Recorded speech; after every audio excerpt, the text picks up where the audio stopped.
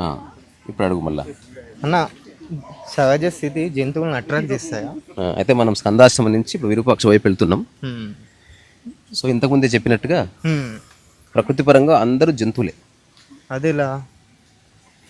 తింటున్నప్పుడు హ్మ్. శృంగారంలో ఆ, నువ్వు జంతువుగానే ఉంటావు.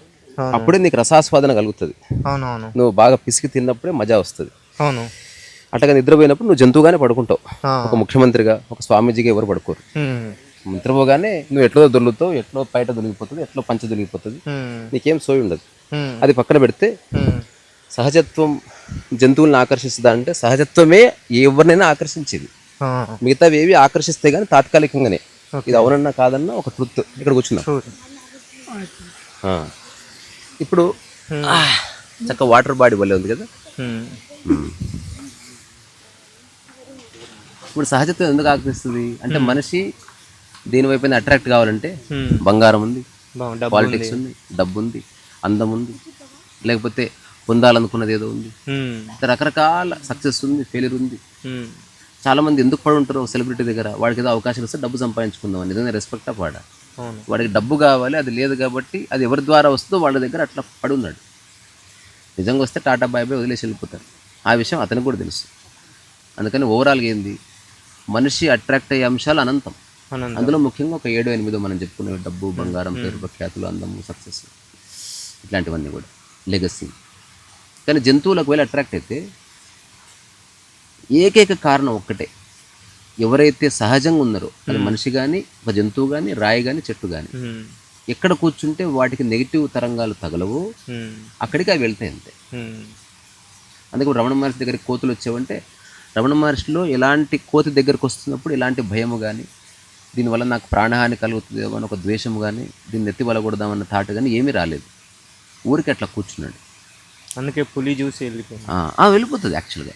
నేను చాలాసార్లు అంట కానీ అలాంటి అవకాశం రావద్దు. ఒకవేళ పులి రావాలని కోరుకుంటున్నా నా లైఫ్లో. I just want to SIT like this. అదే. దాని ఆకలి వేళ వస్తే మనం ఏం చేయలేము. అదర్వైజ్ అదేమి చేయదు. ఓకే. నేను కొన్ని జంతువుల దగ్గర I tested this, it works. మనుషుల దగ్గరనే వర్కౌట్ అవుతలేదు. ఓన్లీ ఇది సహజ స్థితికే సాధ్యమా? అయితే లేదు. ఎందుకంటే మనుషులు ఎప్పుడు ఇంటెన్షన్తో వస్తారు, జంతువు ఇంటెన్షన్తో రాదు, ఆకలితో వస్తుంది పాపం. ఇప్పుడు కోతి ఎందుకు వచ్చింది? ఈ బంగారం కోసం వచ్చిందా? హ్మ్. ఈయన బ్యాగ్ లాగింది, హ్మ్. ఈయన ఆధార్ కార్డు కోసం లాగిందా? హ్మ్. ఉత్తగానే దాంట్లో ఏమైనా ఫుడ్ ఉంటుందేమో తిందామని పాపం. ఏమైనా బాటిల్ ఉంటే కొరికింది, ఏమైనా రసము, పండ్లు జ్యూస్ ఉంటే తాగి కాస్త పొట్టనింది. అంతకుమించి దానికి ఏం కోరుకుంది? ఒకవేళ ఏదన్నా ఒక కుక్క కానీ, కోతి కానీ, పాము కానీ, పిచ్చుకు కానీ నీ దగ్గర వచ్చి కూర్చుందనుకో, నీ దగ్గర నుంచి కొంచెం కూడా తరంగాలు నెగిటివ్గా రావడం లేదు, హార్ష్గా రావడం లేదు. అంటే అట్లీస్ట్ దాని పట్ల. మనం భయంతో ఉంటే నెగిటివ్ తరంగాలు వస్తాయి. భయం అనేది ఒక తరంగమే. సాడ్నెస్ అన్ని తరంగాలే. అది నెగిటివ్ తరంగమా? సాడ్నెస్ నెగిటివ్ తరంగమే, అలజడి ఉంటుంది, అంటే ఎక్కువ తక్కువ ఉంటుంది. ఇప్పుడు ఉదాహరణకి శ్వాసించడం అన్నది తరంగమే, కానీ అది హార్మోనియస్గా ఉంటుంది. ఇట్లా హృదయ స్పందన తరంగమే, లయబద్ధంగా ఉంటుంది. అది హార్ట్ అటాక్ అనేది తరంగమే, కానీ అది అలజడితో కూడా తరంగం. అది హెచ్చు తగ్గులు ఉంటాయి. ఏడుస్తే విని ఆదుకోవాలని రావా? అస్సలు రావు.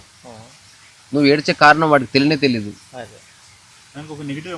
నీకు వాటికి ఏం తెలుసు? చిన్నపిల్లలకి ఏం తెలుసు? నువ్వు ఎందుకు ఏడుస్తుంది? దానికి ఒక ఆమె ఏడుస్తుంది, భర్త అనుకోండి, వాళ్ళు చిన్న 2 ఏళ్ల పాపకి ఏం తెలుసు? పాలి అమ్మ అని అడుగుతుంది, దానికి తెలియదు. మనిషికున్న కష్టాలు మనిషి ప్రారంధమే, వాడు క్రియేట్ చేసుకున్నవి. జంతువులకు అంత కర్మేం పట్టలే, అవి బాగున్నాయి. అందుకని దీనికి ఇది ఒక కోణం కదా. ఇప్పుడు నువ్వు న్యాచురల్గా ఉంటే వస్తాయి.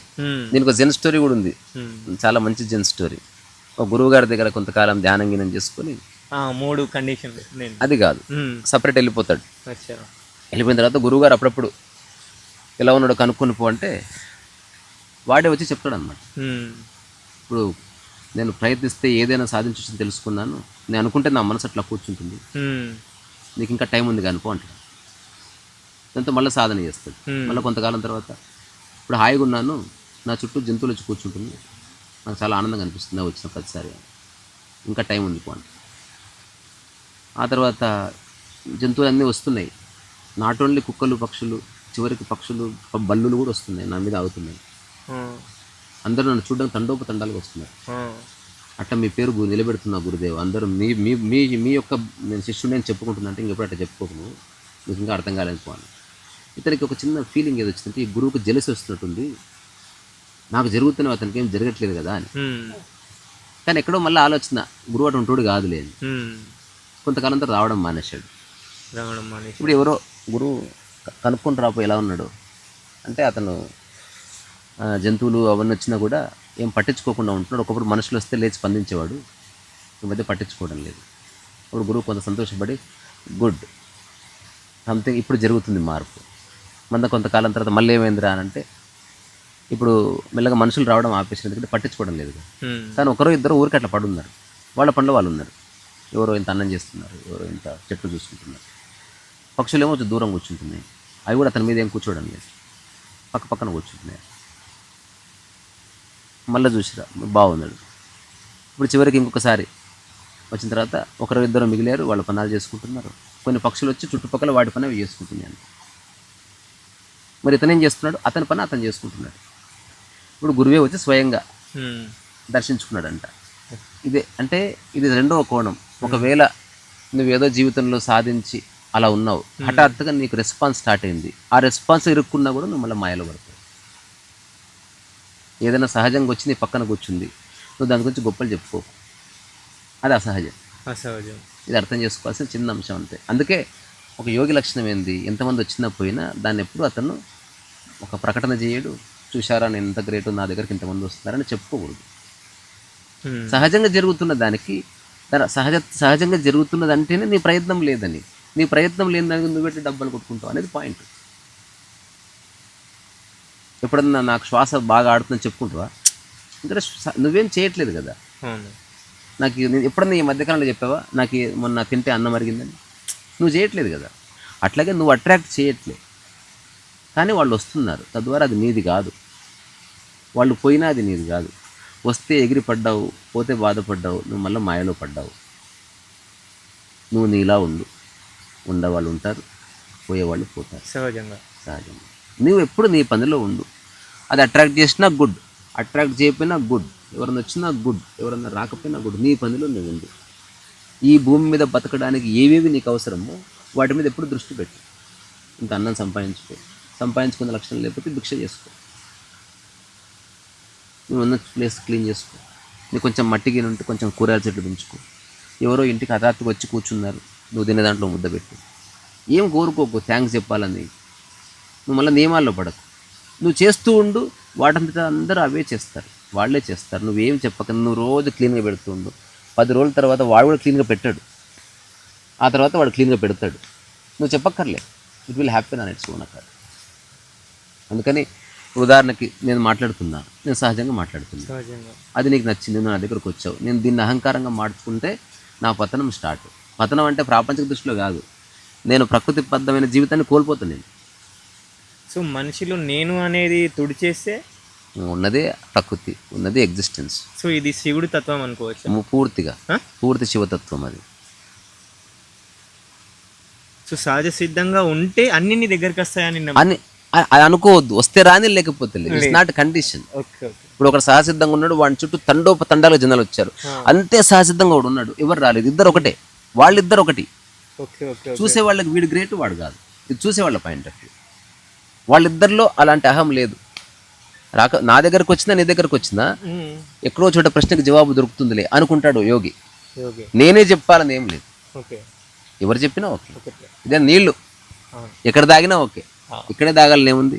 ఇప్పుడు అక్కడ తాగితే వేరే నది నీళ్ళు తాగినట్ట. జ్ఞానం అందుకే గంగా నది అన్నారు.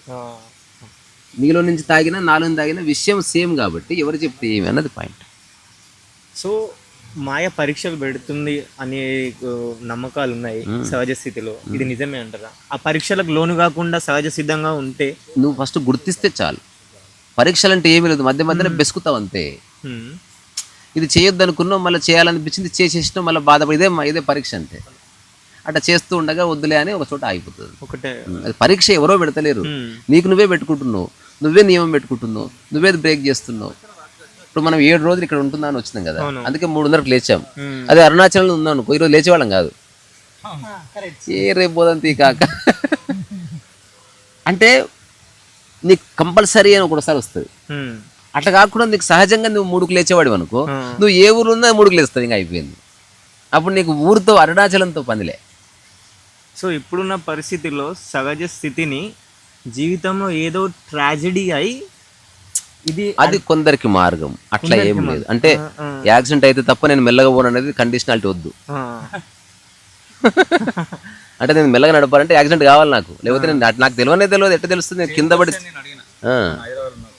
అంటే ఏదన్నా ప్రాబ్లం వస్తేనే ఇలా అంటే మీరు కూడా ఒకసారి అన్నారు అంటే ప్రాబ్లం అనేది నీ మీద ఆధారపడి ఉంది.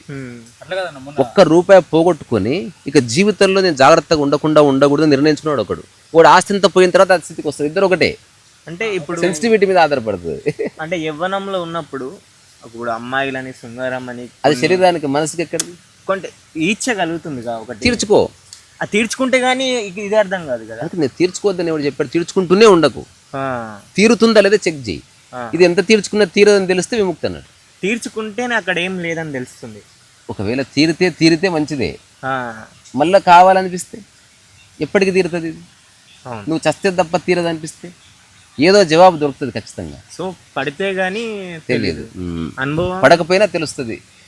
విషం తాగితే చచ్చిపోతారని నువ్వు తాగి తెలుసుకోవాల్సిన అవసరం లేదు. నువ్వు గుర్తించాలి, కొన్ని చేయకూడదు, కొన్ని మాత్రమే చేయాలి. అవునవును, అన్ని చేస్తే సంకన అయిపోతావు. రేర్ గా ఒకడు స్టెప్ తీసుకుంటాడు ఇట్లా దీనిలో అంతే కదా. ఇప్పుడు ఇదంతా రేరిటీనే.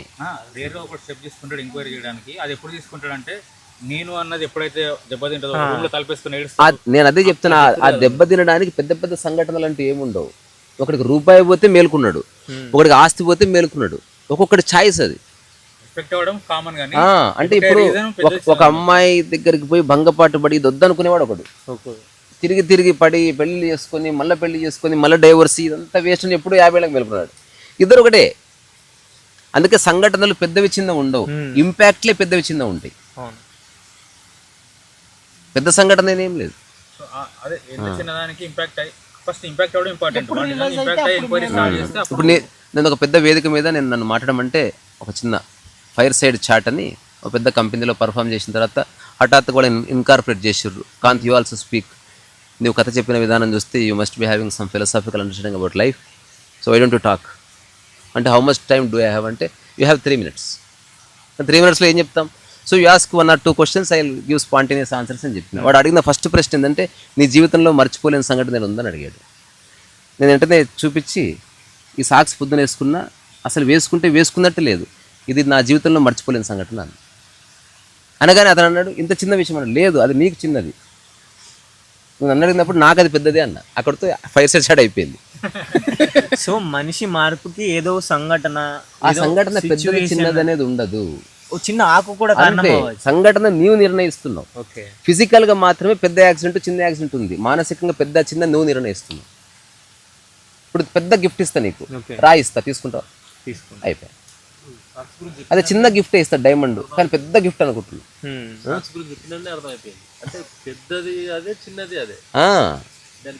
అంటే మానసికంగా పెద్ద చిన్న లేదు, మానసికంగా సమస్యలు పెద్దవి చిన్నవి లేవు. నీవు అనుకుంటే పెద్దది, నువ్వు వదిలేస్తే చిన్నది.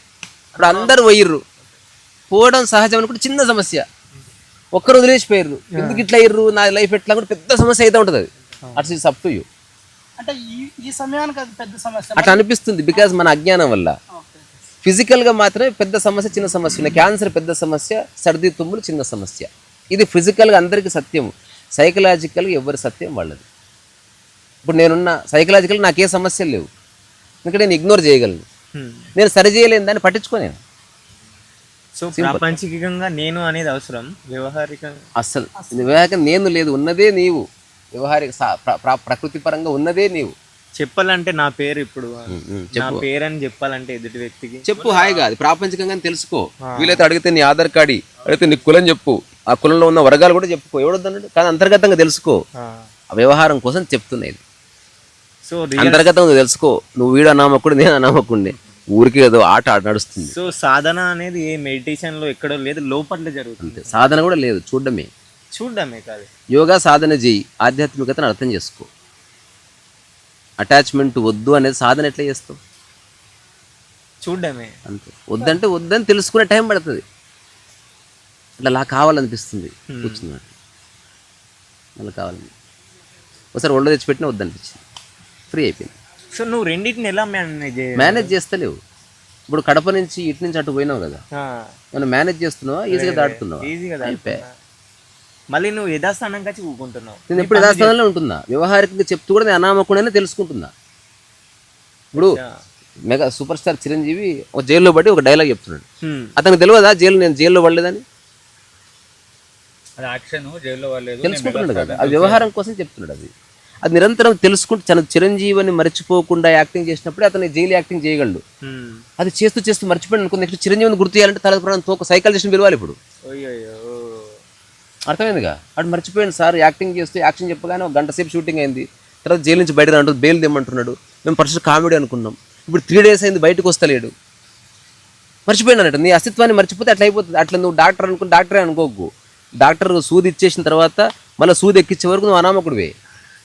ఎక్కువ మూవీలో ఆలిని డాక్టర్ అంటే డాక్టర్ అని పేషెంటే రవితే చెప్పిన డాక్టర్ రా, అదే నువ్వు చెప్పావు కాబట్టి నేను డాక్టర్ అనుకుంటున్నట్లు.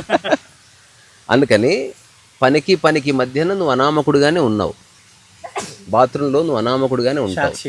ఈ క్షణం మనం అంతా అనామకులుగానే ఉన్నాం. వ్యవహారికంగా మనకంటూ ఆ ప్రయాణం చేయాలి కాబట్టి ఒక ఆధార్ కార్డు ఏదో ఉంది, తప్పేం లేదు. ఈ సత్యం తెలుసుకున్నప్పుడు వ్యవహారాన్ని చాలా బాగా చేస్తాడు, కాన్ఫ్లిక్ట్ లేదుగా. అట్లా ఇప్పుడు అంటే ఏ వేషం చేయాలి అంటే నువ్వు ఒక రోమియో వేషం వేయాలి, ఒక అమ్మాయి ఎంటపడి నువ్వు ఇబ్బందులు పెట్టి ఆ తర్వాత నువ్వు రియలైజ్ చేసిన ఈ రోల్ బాగుందండి అంట, బికాజ్ వ్యవహారం అది. అంటే రియల్గా ఆ పర్సన్ దగ్గర షూటింగ్ లేకుండా ఒక అమ్మాయి ఉంది, నువ్వు వెంటపడి ఇబ్బంది బాబు వద్దురో బాబు కేసులు అయితే దానంట.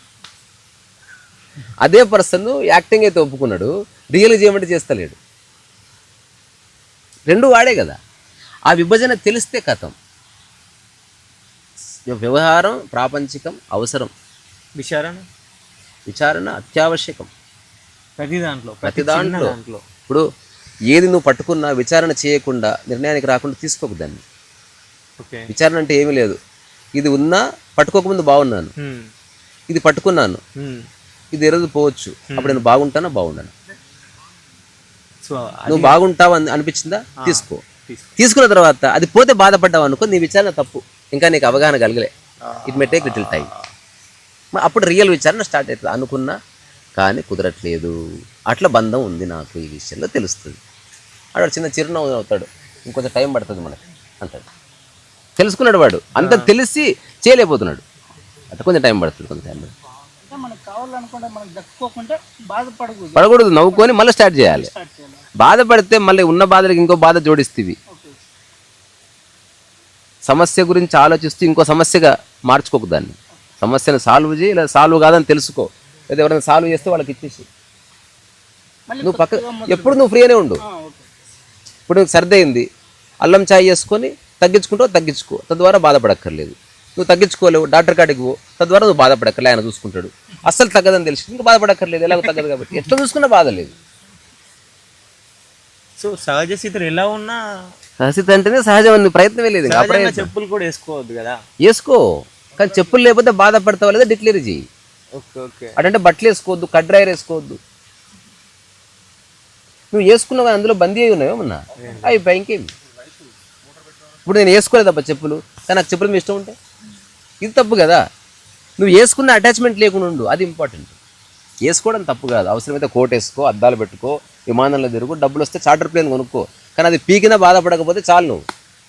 నువ్వు పోయిందా ఇంకోటి కొనండి రా, పైసలు లేవా నడుచుకుంటూ పంపా చెలో, అవి అట్లుండాలి నువ్వు. వాడు ఎప్పుడు ఫ్రీ ఉన్నాడు. వేరే వాళ్ళు అనుకున్నారు వాళ్ళు సఫర్ అయిందని, బండి ఉంది పైసలు ఉందే కొన్న పీక్తే నడుచుకుంటూ పంపా. అంతలో ఎవరో వచ్చి కారు ఎక్కడంటే మరేం పర్వాలేదా పోంపా చెలో, మధ్యలో సార్ గురుదేవా వేరే వాళ్ళు వస్తారు, ఓకే పో, రైట్ ఓకే రైట్. ఎవరు ఆనందం వాళ్ళది. అంటే నువ్వు ఎప్పుడు ఒక ఈజ్లో ఉంటున్నావు. ఇప్పుడు నది అక్కడ పోయి చేయబెట్టు, ఇట్లా అడ్డు పెడితే అటు పక్క వెళ్ళిపోతుంది, అట్లుండు. ఆడనే కొట్టుకోకు ఇట్లా, నేను ఎంత దూరంగా ప్రవహిస్తున్నాను, ఎందుకు అడ్డుపడ్డావు నువ్వు లేకపోతే నేను చూస్తే తప్ప పోలేదు అయిపోయాది. అది సూపర్. అది అంటే ఒక్కొక్కరికి ఒక్కొక్కలాగా కలుగుతుంది. జీవన సారాంశం అంతా ఇక్కడే ఉంది. ఉపనిషత్తుల్లో వేదాల్లో ఏదైతే చెప్పారో రమణ మహర్షి చెప్పిందంతా, నువ్వు నీలా ఉండు అంటే చెట్టులా ఉండు. చెట్టులా ఉంది. యాపిల్ చెట్టు ఎప్పుడు టమాటా చెట్టు కావాలనుకోవట్లే.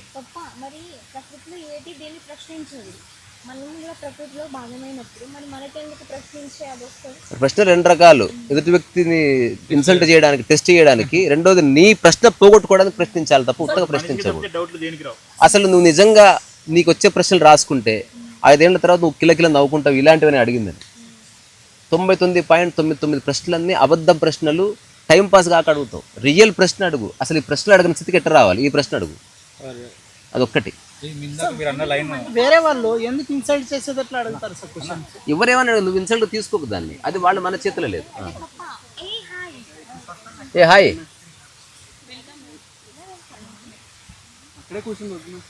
అదే వెళ్తున్నాయి పైకి వెళ్తూ వెళ్ళిపోదాం.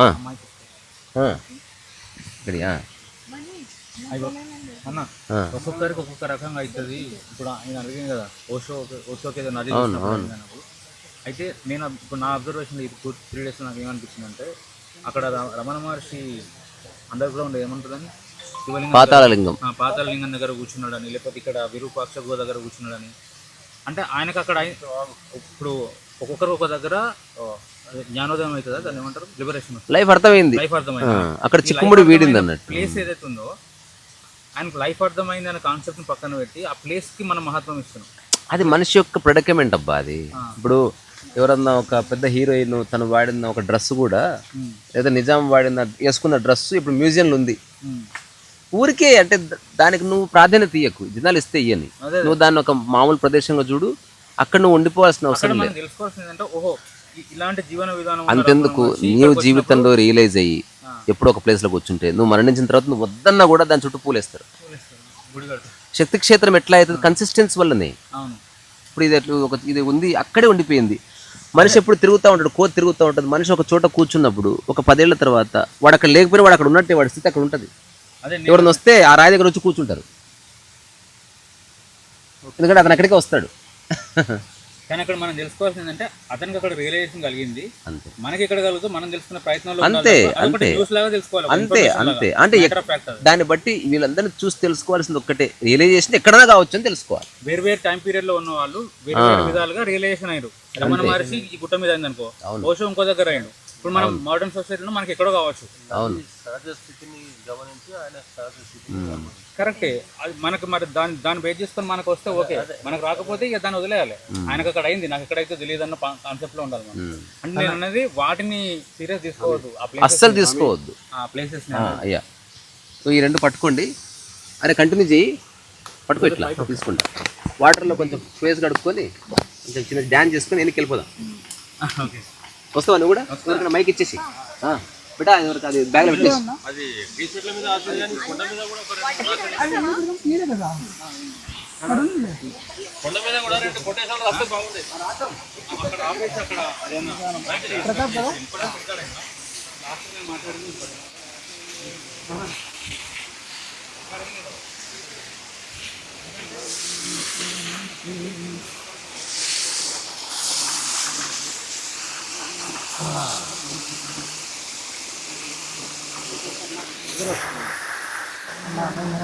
నిద్రపోయింది అది నైట్ నుంచి.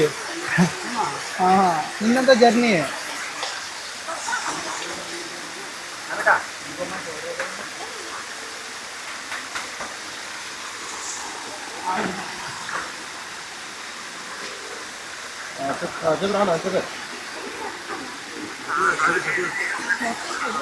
ఎక్కడున్నా రాని మనం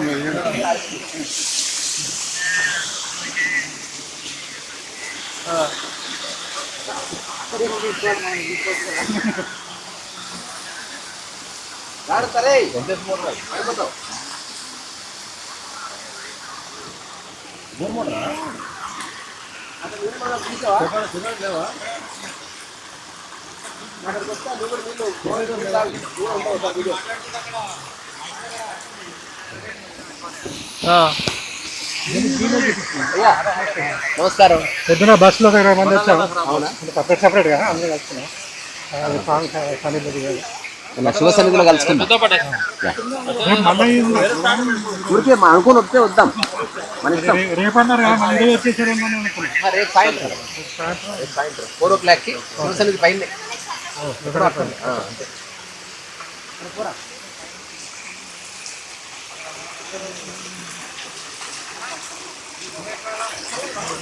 దగ్గరే నేను ఎత్తిపోదాం, మళ్ళీ వద్దాం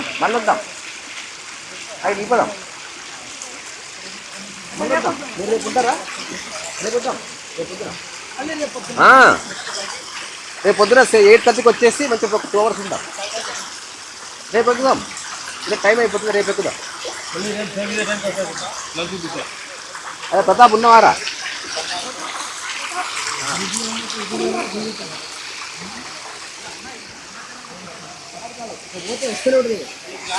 ఇది కూడా అరుణాచలం కొండలే, కానీ మెయిన్ మౌంటైన్ బ్యాక్ సైడ్ ఉంటుంది. Bye bye.